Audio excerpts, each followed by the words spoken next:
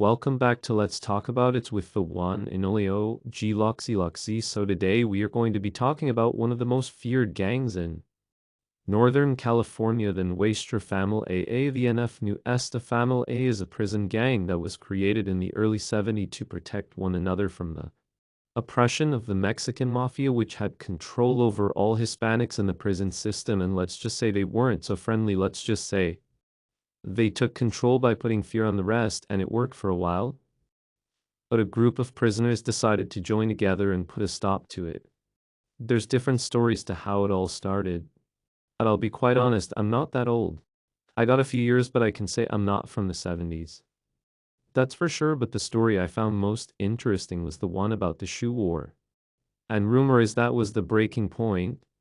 But to give you the short story to the shoe war, there was two prisoners, one Mexican mafia or a associate, the other one a prisoner from up north, which they would refer as Sabr farmer /buster or chap, but nevertheless. The farmer or the one from up north had left some shoes in his cell, and the cellmate decided to give his shoes to a Mexican mafia member that had arrived earlier that day. So when the cellmate got back the one from up north, his shoes were gone, and his shoes were some nice shoes, not some beaters you can get at the flea market. Lol, jokes aside, the problem was that the prison would not get proper size, so people had to buy or trade with others for perfect fits. So that's pretty much how the cookie crumbled, and I will say they became their biggest threat, taking over Northern California as their home base, splitting California into two Delano.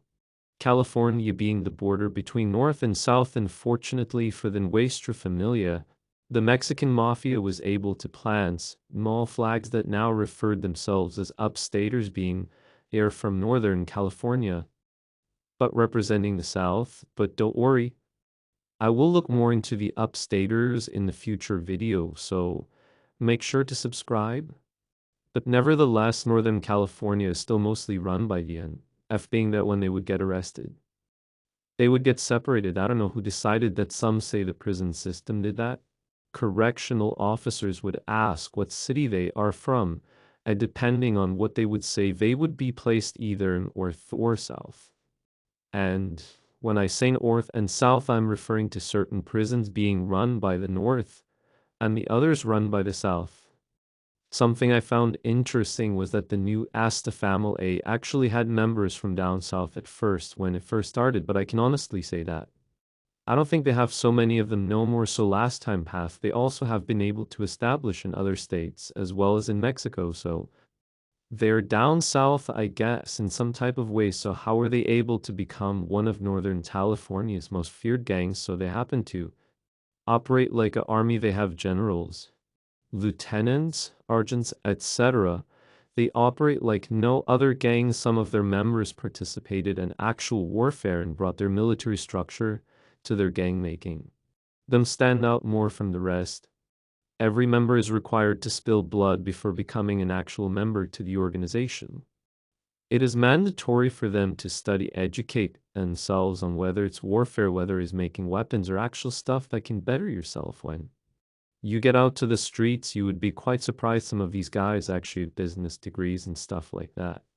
They also generate a lot of money by extorting, taxing their own members, prostitution, sale of drugs, and even murder for pay. The opposition, or what the Familia would actually call an enemy. Well, I mean, it's pretty obvious, of course, it's going to be the Mexican mafia. Sure knows they have also gone against the whites, but they have gone as far as to say that they would never be able to be on the same yard due to some of the bloodshed and sacrifices that have already been done.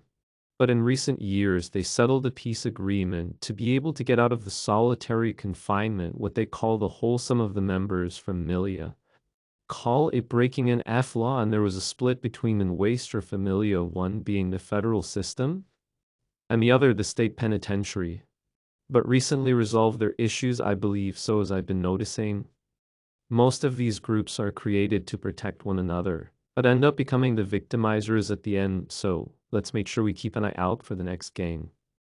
I'm just joking. There's a lot of content creators that talk about the Nuestra Familia, where they expose the inside of the Nuestra Familia. I may have to add one of There are links on the title, so if you want to go check it out, it's as fast as a click on our screen, the one that I will be adding.